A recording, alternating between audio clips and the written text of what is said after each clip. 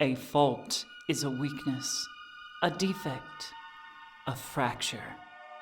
Faults divide, tear, and consume. Here in the city of Chester's Chasm, we struggle to maintain that precarious balance over the precipice in the earth, in our lives, and in our hearts. This story is about 4 teenagers with faults of their own. The fault between my faith and freedom. The fault between my family and identity. The fault between my life and death. The fault between my guilt and revenge. As these fractures grow, we stand at the edge and ask, what must we sacrifice to sate the void's endless hunger? Is it possible that the answer lies within all our faults? Greetings, my dear listeners, and welcome to All Our Faults, a Monster Hearts 2 actual play podcast by the Tabletop Talespinners Network. I am your host and MC, Mistress Winter. In editing this episode, I am reminded that even when we get caught up in our own crazy lives, in our own pain and struggles, we might not realize how we can hurt others along the way. And while it may take a great deal to make amends, the first step is always acknowledging that hurt and seeking forgiveness. There is no recap here, as we'll catch you up in the episode itself. Stay tuned afterwards for shoutouts and thank yous.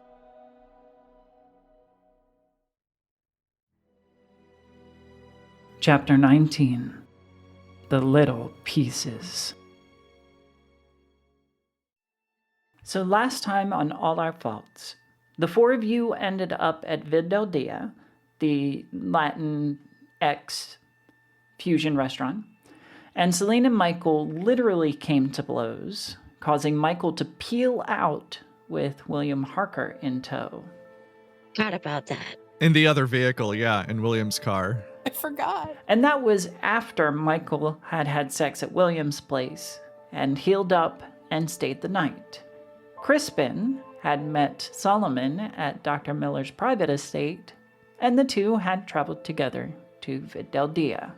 There were angry words exchanged between Crispin and Saline before Crispin stormed into the restaurant, leaving Solomon to provide a few words of wisdom to Saline before following Crispin into the restaurant. When is there not angry words between Crispin and Saline? Literally never. Yeah, it's pretty frequent, sadly. So that left Saline sprawled out in the parking lot. Forgot about that too. Yep. So we're not going to start there specifically. Interesting. Mostly because a lot has happened in a week since we started. You don't say. So what we're going to do is leave those tensions and those relationships where they are, at least for a couple of weeks. We'll start, however, with your first day back.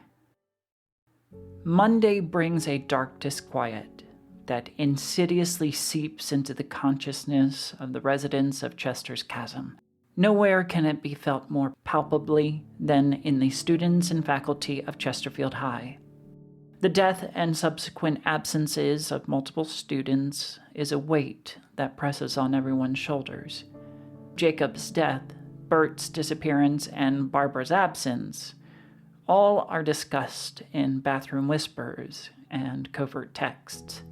Taylor and a few friends nurse injuries incurred over the weekend. They cast suspicious glances, both at Michael and Crispin in turn, fear and anger roiling behind their eyes. Leveraging the passing and disappearance of her peers, Sarah Paisley is lifted to near sainthood, as her posts and live streams memorializing her fellow students touch the heart of many of the student body. With it, her influence begins to seep into the atmosphere of the school, and her name is on just about everyone's lips. She becomes a confidant as students book regular meetings like private asides with her to discuss their grief and to be counseled. This bitch is not a therapist. No, not at all. And she doesn't claim to be. She merely puts herself out there as someone willing to listen and has everyone's best interests at heart. Ew. Gag me with a spoon. I hate that. Solomon, your enrollment in school takes a couple of days, but in the interim you are allowed to attend, provided you get some of your shots. I can't. I cannot. Oh, come on. He's been living in the wild. He needs to get shots. Yeah, he's just also a werewolf, so like... I'm just glad he's not an anti-vaxxer. He's a feral child, yeah. Okay, but does he go to a pediatrician or a veterinarian? Maybe both. Hey. Yeah, you know what? Honestly, yes. Well, both is good. That's canon. Pediatrician who used to be a veterinarian. Yeah. So you will get integrated into the school with Dr. Miller sponsoring you. Crispin, Dr. Miller has kept you insulated from your father and Father Miller. Unless you choose to reach out yourself, however they communicate with you has been silent. I think Crispin, for the first day or two, something about it nags at the back of his mind, but he's also never felt so loose and easy and utterly himself. And so he's going to push those voices down, those questions, those something's not right, in favor of just grabbing this little bit of freedom with both hands and hanging on tight. So no, I won't reach out to Dad or Father Miller. I will just be a good little boy for Dr. Miller and not ask too many questions. Sounds good. Michael, without knowledge of you still being alive, presumably your master has not reached out. You've felt no psychic pangs or attempts to communicate. But that may be for the better, at least until you are recovered enough to be able to face him again.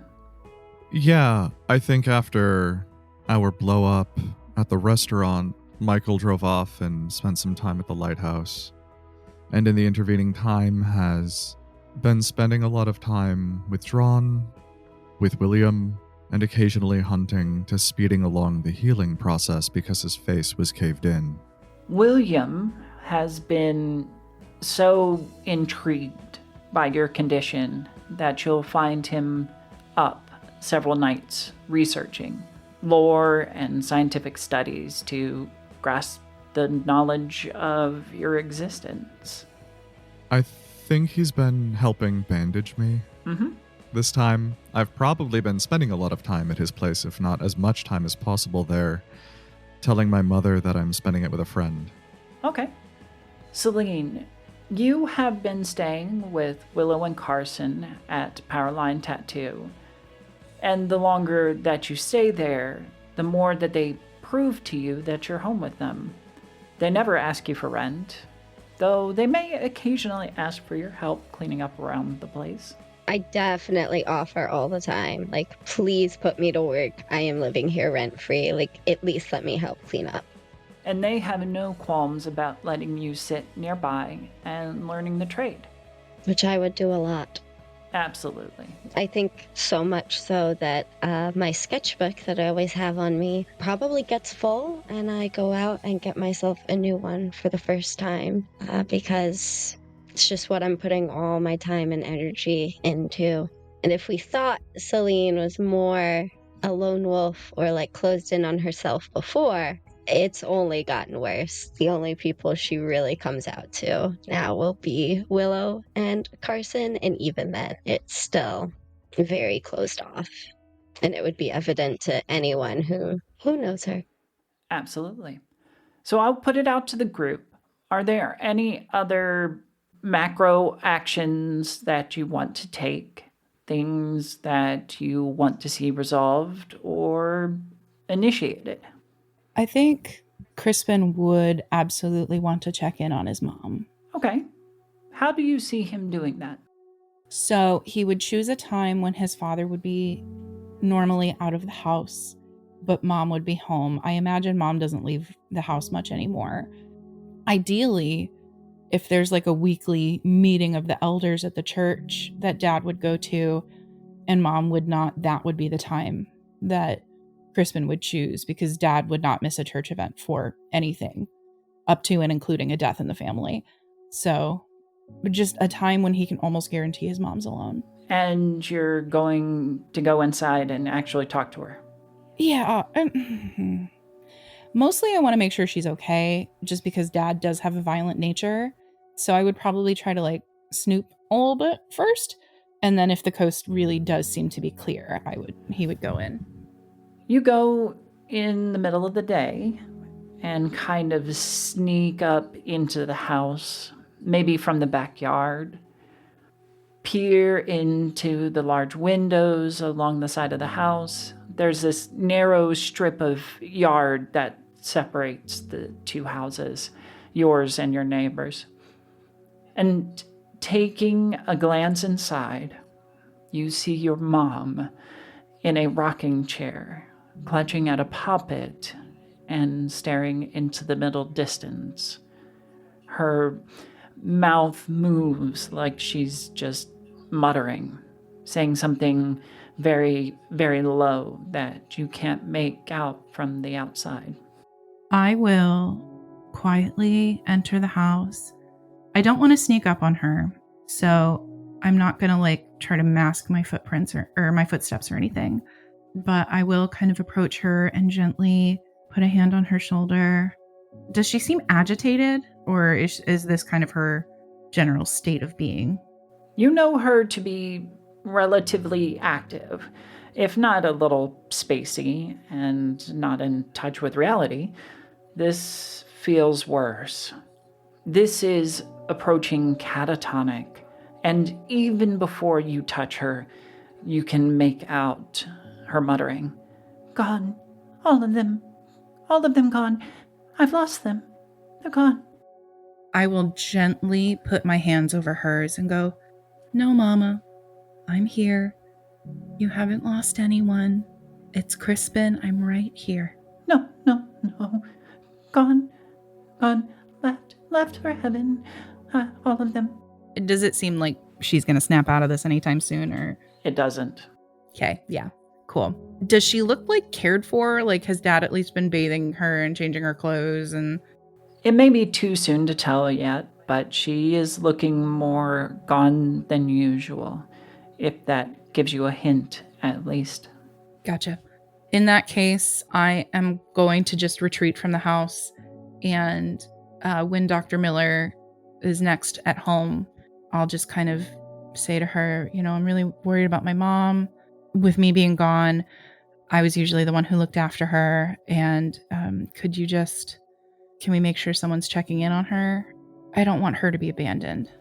I can arrange to have someone visit her and make sure that she's taken care of. Thank you. I'm really grateful for everything you've done and continue to do for me. I don't think I'll ever be able to repay you, but please know that my gratitude is unending. I'm sure that you'll find a way to pay it forward. I bet. Mm-hmm. Oh, I bet. All right. Anybody else? I just wanted to ask if anyone from my family tries to contact me while, like in this interim while I'm gone, mom, stepdad, or my sister. Well, you'll see Ella at school. However, she never seems to be available. And you almost get the feeling that she's actively avoiding you. Okay. And then has there by any chance been any indication of anything from my father? Anything from the Fey realm? No. Yeah, that's it. I just wanted to ask that. Solomon or Michael? I think Michael, once his face is healed, will go home and probably check on his brother. Okay. Gideon is more or less the same. I mean, it's only been like a week, Yeah. but he seems to be just fine. Though, when you do come home, I miss my big brother. Like, where you been? Hey kid, sorry, I've been with my new friend. This is William. But we're supposed to play video games together. Yeah, I'll be home more soon. Don't worry. We can play more adventure games. I'll show you how to get through the temple. Promises? Yeah. Okay. I mean, you still have to get through, I think, the light temple, don't you? I think I beat it already. Oh. Awesome. Good job. Thanks. Yeah, I'll be home more. I promise. Has everything been okay here? Yeah, everything's fine. The mom's been looking for you, and she's, like, really mad. Yeah, I've told her where I've been, but that doesn't surprise me. Thanks for the heads up. Yeah, sure. All right, well, I'm gonna head out, but I just wanted to make sure you were doing all right. I'm okay. I'm fine. Okay. Love you, little brother. Love you too. And I think at some point, Michael's gonna wanna stalk Solomon a little bit, learn more about him. Oh. Who's this new weirdo who seems a little strange in the way we're strange? Has a fun smell. What does Solomon do at school now that he's going to school? Because I think Michael's going to see him enter and be confused and intrigued. And when he doesn't know something, he needs to. I guess I'm going to answer your question with a real quick question so that I can clarify some stuff. I also had some stuff that I was going to do that was going to happen usually at night. And so I was wondering if you were only stalking him at school or if you're stalking him anywhere else. So I think Michael's going to start at school. Then he's going to probably creep on you out of school after he gets a good reading on you around other people, because something is interesting about you and he doesn't know what it is yet. A lot of the things you would see from him at school he'd be confused a lot of the time. It seems like he understands a lot of basic, educational stuff. But beyond that, it's just kind of like, once you get into like hardcore division, multiplication and stuff, when he's sitting in class, he's just kind of like, I don't know. He seems to be very out of his element in a way, most of the time sitting in class. Outside of class, when he interacts with people, it's a very dominating presence. Anytime someone talks to him, he quickly will establish dominance over them, and then it'll be fine. But there's always a very quick, like, just so you know, it's me. Just so you know, don't step to me. Then it's a very sort of, not necessarily polite, but sort of, he's not an asshole, at least, No, that's my job. Yeah. I also would think that he's very alluring in some sort of like, in his primal way. I feel like people would kind of be very curious about him, and he's probably approached by a lot of people. When there's too many people around him, he gets real agitated. I think there will be a moment, because based on that, Solomon will seem to Michael interesting, appealing, and delicious. So he'll observe you for a little while, seeing you struggle with the school stuff. And there will be a moment where it's like a quiet moment in the hallway where you're walking and you hear just from behind you, You really should work on the math. And who might you be? You met me the other week. My face is a little cleaner now. What was your name? You first. Michael. Solomon. A pleasure. If you're going to try to go through all of this, you should focus on getting some of the answers right. I haven't turned around the entire time. I sort of immediately put a hand in my pocket, and they've turned to claws. He's not doing anything, but he's prepared because a voice just talked to me from behind out of nowhere. So, oh yeah, the tension has Michael's fangies popping a little bit. Do you need help with the math? I think I'll be fine. Tell me something. Yeah. Do you usually get into fights with your friends? Is that like a common occurrence? I don't often have friends, but it does seem to be. You all look like friends to me when you were running through the woods the other night. Yes, they were my friends. But you seem interesting and different. I know what that's like. If you want help with the schoolwork, let me know. And Michael will, just sort of slide away. Slides out of frame. A reverse Dracula. Just pulls his hand out of his pocket. My hand is back to normal. But the rest of the week, Solomon will spend a lot of the time getting to know the town. He goes out very late at night and doesn't come back until very, very late in the morning. I guess early in the morning. He'll probably go out 8 o'clock at night and then won't be back until 2 a.m. for a week straight, where he is just going out and committing to memory every piece of this town that he can, so he can know where to go, and in case there's problems in learning quicker routes to get to certain places that he frequents.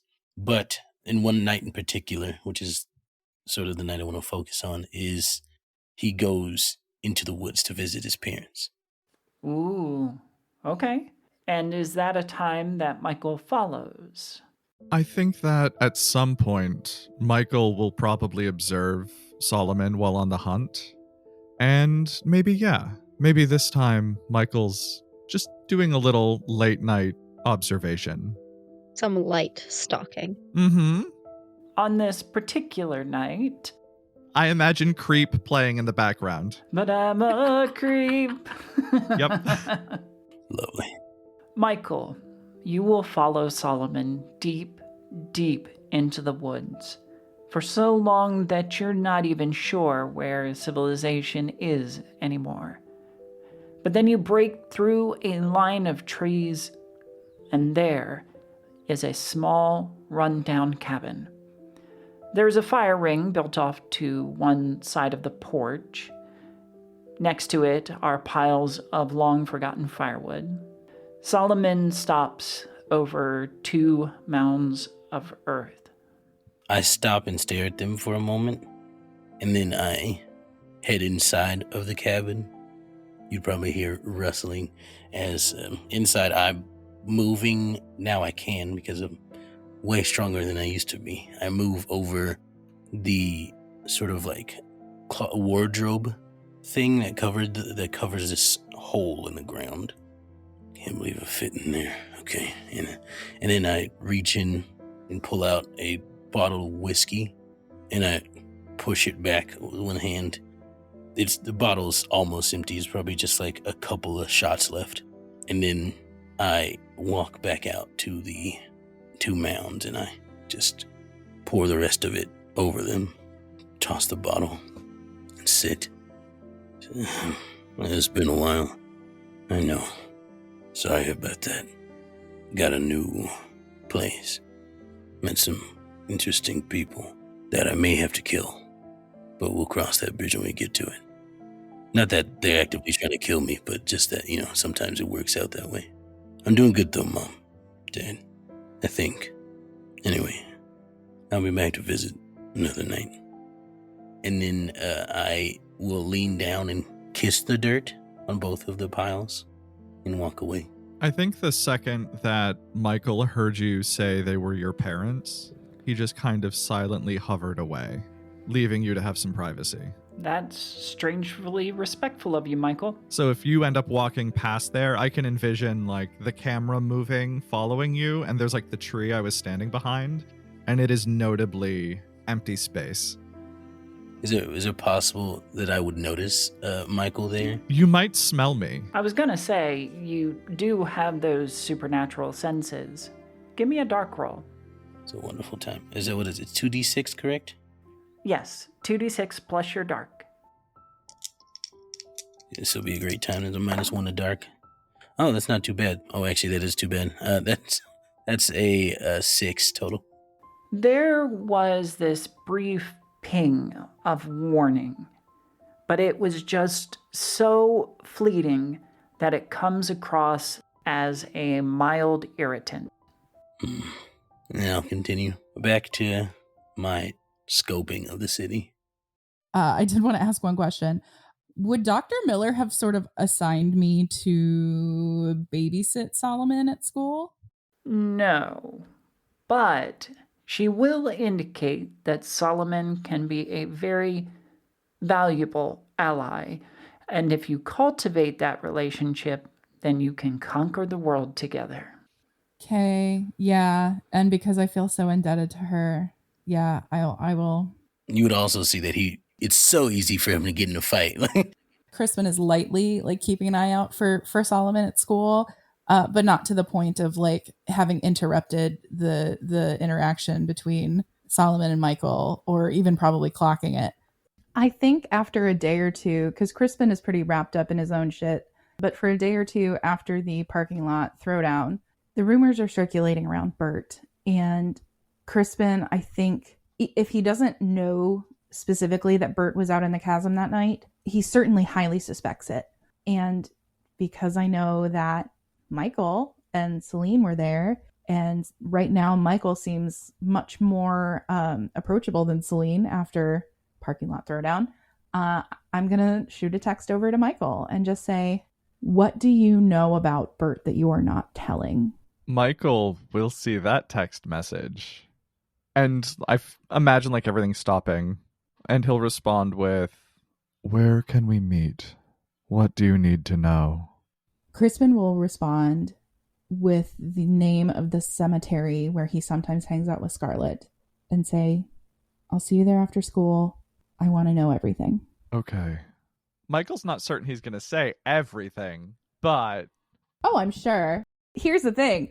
Your context for everything and Crispin's context for what constitutes everything are very different. Oh, this is deeply asymmetrical, Yes. and I love it. Yeah. And that's it. Crispin will go about his day. So you'll be meeting up after school on this day. Mm-hmm. Okay. Anybody else? Saline, you had mentioned Barbara. Yeah, is there any word on Barbara? Or is she just like continuing to be gone? Do you have any classes with Barbara? That's an amazing question. She's in my grade, right? She's also a junior? No, she's a senior. I mean, I'm probably taking an AP class or two. We could possibly share an AP class. Okay. Say AP Lit, Sure. which also is toward the end of the day. You come into class, newest assignment in hand.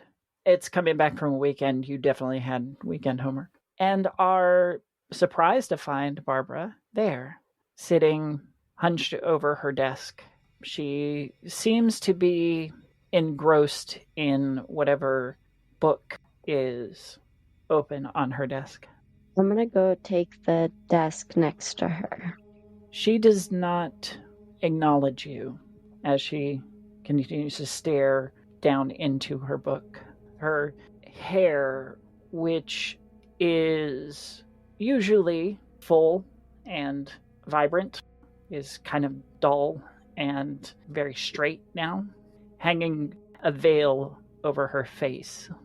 I mean, Saline probably looks a bit the same, or like giving the same vibes. There's definitely, her clothes are baggier. She's more gaunt looking. I mean, she's also continuously without her connection to the Fae, which is taking a toll on her. She and Barbara are in it together. Girl, same. But yes.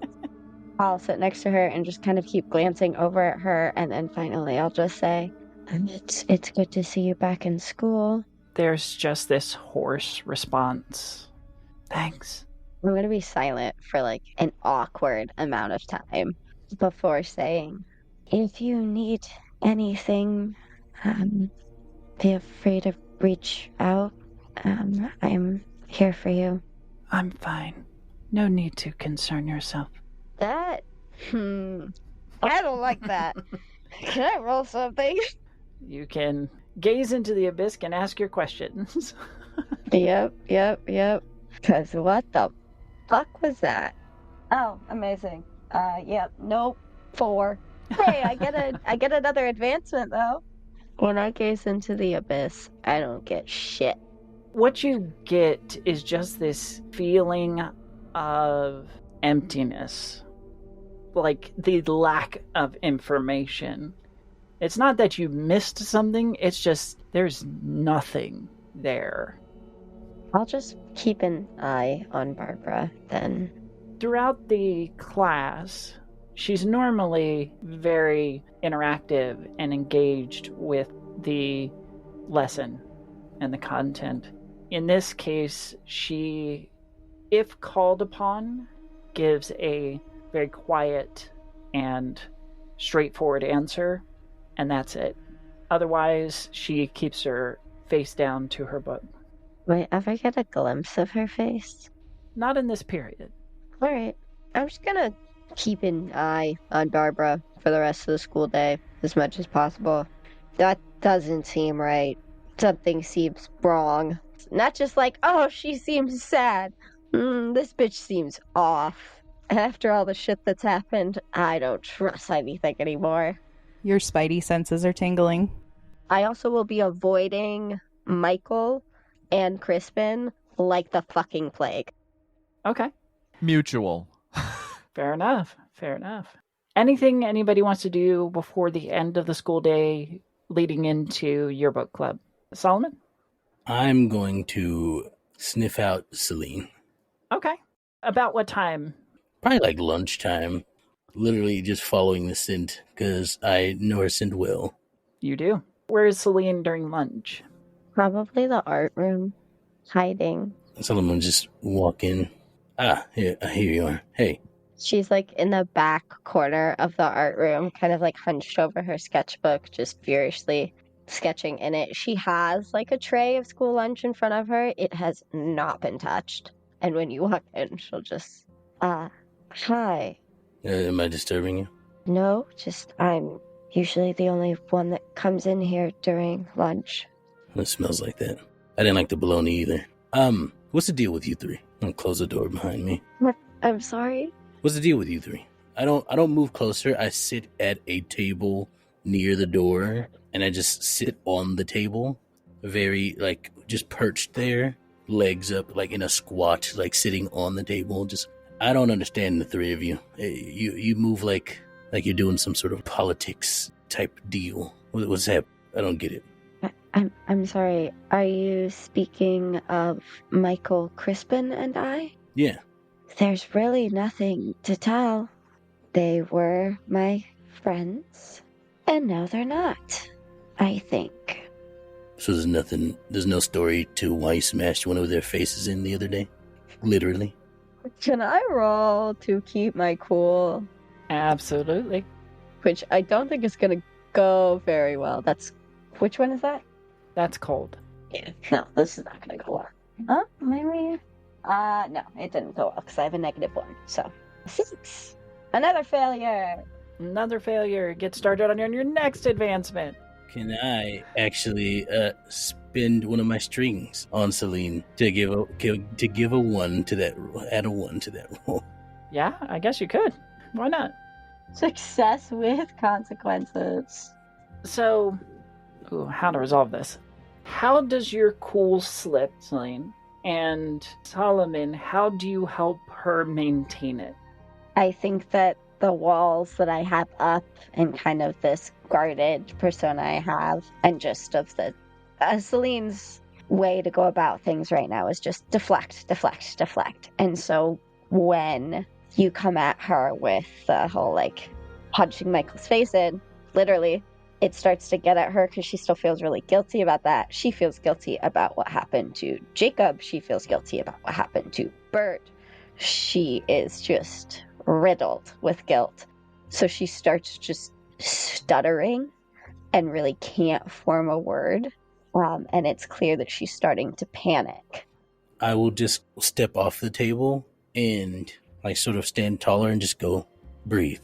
It's fine. And that'll kick her out of it. Yeah, you're right. Just breathe. And she'll continue taking a few deep breaths. Why do you want to know about what's going on between the three of us? There's a couple reasons, right? The first one is my home. It's former home, but still really my home is... Let's see. I saw you and others running through the woods from Big Thing very intimidating, even to me. So that's one thing. I don't want to have to deal with that. So if I can not deal with that, or if I can deal with it another way, I would very much like to. Other thing is, I sort of seem to have been thrown into the loop with the three of you. So I think that it's very much my business, at least now, to know what's going on. And in case someone else gets their face caved in, and preferably it's not me. I mean, quite honestly, it will never be me. Let's be real. But, you don't make it a habit to cave people's faces in. And I'll just kind of look down at the ring that I'm definitely still wearing, Bert's ring, and then look back up at Solomon. So I don't think you need to worry about that. Well, still, if it's gonna put me in any weird sort of predicament, I'd like to know now rather than be surprised later on.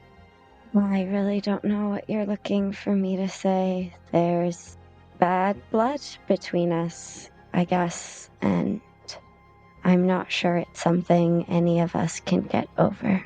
Why? Because I don't know how to apologize for what I did. You just do. Michael, I mean, I've been avoiding him, admittedly, but Michael has just as much been avoiding me. And Crispin, I can't with Crispin. Crispin is not something I am ready to deal with. And I don't think he's ready to deal with me either. Alright, I won't lecture you. I'm not a therapist or anything. But quite honestly, it would benefit me if there weren't problems between people's lives that I've been kind of thrown into at the moment. And if you want to, my question is always, why not? It's never a bad time. There's only bad times, quite honestly. So if you wait for a good time, well, I don't think you'll ever find it. Anyway, it's my 2 cents. Don't get me killed. If you do, then I'll kill everybody else first. Anyway, I'll see you after class, maybe. If you need any help, let me know, I guess. And then he walks out. I'll just stare after Solomon in just what kind of expression, and then I'll slam my sketchbook closed and just, damn it, because I know he's right about some of the things. And then I'm gonna go find Michael. I'm still avoiding Crispin, but I'm gonna go find Michael. Michael, where are you during the lunch period? I'm probably in a back corner of the cafeteria at a table with William, not eating, talking to him. So I've compiled all of my research, and I think I have found some very interesting vectors for... I will come up on the table and just, sorry to interrupt. William quickly, covers up his stuff. Oh, hello, Saline. I, have my sketchbook clutched to my chest, and I'm just kind of, looking down, glancing up every now and then, just, Michael, I was wondering if I could talk to you privately. Yes. William, I will be back. Oh, of course. I'll be right here. Thank you. I will probably take Michael back to the art room, because that's, the most private place I could think. I know no one is going to be in there. Yeah, and I think for the first time ever, you are seeing Michael awkward. Saline will lead you to the art room, and she'll still be clutching her sketchbook and kind of fiddling with her hair as well, and just not making eye contact with you, just looking anywhere but your face. Thank you for coming here to talk with me privately. I just wanted to tell you that I'm sorry that I caved your face in. It's okay. I'm sorry for how I treated you. Well, I forgive you. And I forgive you. Clearly I was able to heal. Which is good. I understand why you were angry. How did you cave my face in? I'll just kind of pop my hand out and just, Bert's ring. Oh. I have it. I found it. And, I've been wearing it, and I'm assuming with all his whatever abilities, beeper abilities that he had, and it's silver too, and that I don't know a lot about vampire mythology, but I know that sometimes in some vampire mythology, silver is a big problem for you guys, so maybe that is part of it too. It is. What happened with Bert? I wasn't there. I don't know. He took the thing that's hunting me somewhere. And I think it just dawns on Michael. He's been so caught up in his own bullshit that he didn't once pause to wonder where Bert was. I don't know where he went. I cannot find him, and I should be able to. I can't find anyone anymore. My connection to the magic part of myself is gone. It's just gone. Does Saline seem changed to me, or does she still have that scent? Give me a gaze into the abyss. Okay. 8. Her scent is muddled. It's not as crisp as it was previously. Yeah, Michael will step closer to you and sort of sniff the air without getting too close to try to respect your boundaries, but... Oh, she definitely steps back when you do, or just kind of leans back when you do, no matter what. Your strangeness is still there, but muddled. Yeah, well, I destroyed the portal to the Fey Realm, so... I thought it was intrinsic to you. Fascinating. I mean, it is, but the longer I'm away from the Fey Realm, the more my mortal side takes over. The longer I'm in the Fey Realm, the longer I'm away from the mortal realm, the more my Fey side takes over, so... Got it. Now I've cut off my connection to the Fey Realm, and I was already cut off from it because of the thing that's hunting me. So I am very afraid it's going to go away forever. It's fine. It does. There is an alternative. And he'll smirk with a popping fang. But, just so you know, in addition to all of this, Crispin reached out to me today. He wants information. I won't spill your secrets if you don't want me to. I don't care anymore. Crispin is not gonna listen to me. Maybe he'll listen to you. You both say that about each other every time. Crispin has been avoiding me. I mean, admittedly, I've been avoiding him. I've been avoiding you both. Yes.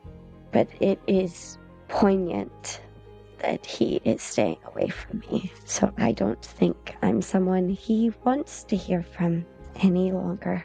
I was poignantly staying away from you, and yet you came. Thank you. Maybe the same would help with him. I don't know if I'm ready for that. When you are. I don't care what you tell Crispin. Maybe he'll listen to you. Just maybe let me know how it goes, and maybe I'll make a decision from there. Of course. He can't know everything. He is an idiot, but he's a good egg. Yeah, he's just very...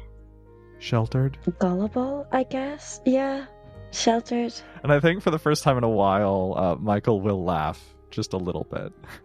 Yeah. Saline has a little, quirk of a smile as well. Thank you, Saline. For what? Being honest and speaking to me. I didn't think you would. I was afraid. I mean, I didn't think I was going to either. I was very content. Well, not content, but I was very set in staying away. I've been staying away from a lot of people lately. I have essentially been kicked out of my house. So, that's been fun. But it's okay. Do you have a place to stay? Yeah, I have a place. But, Solomon, actually. Second time I've spoken to him. New kid. He is kind of talked some sense into me, so. Yeah, he's interesting. My curiosity is piqued, to say the least. Yeah. Okay, so it's not just me. Oh no, I'm convinced he's, strange too. It seems likely. It really does. Terrible at math. Well, I really wouldn't know. He's in one of my classes. I don't have any classes with him. He seems almost as sheltered as Crispin, but in a different way. He has told me now twice that he's seen us running around the woods and saw the thing that was chasing me. Oh. So it seems like he spent a lot of time in the woods, if not all his time. Makes sense. Yes, I can corroborate that. Keep an eye on that one. I'll do my best. Let me know how it goes with Crispin. Yes. Okay? Of course. And thanks for talking with me. I've missed having you as a friend, which feels weird to say, but I have. Likewise. There aren't many other people who can understand. It's nice to have someone that does.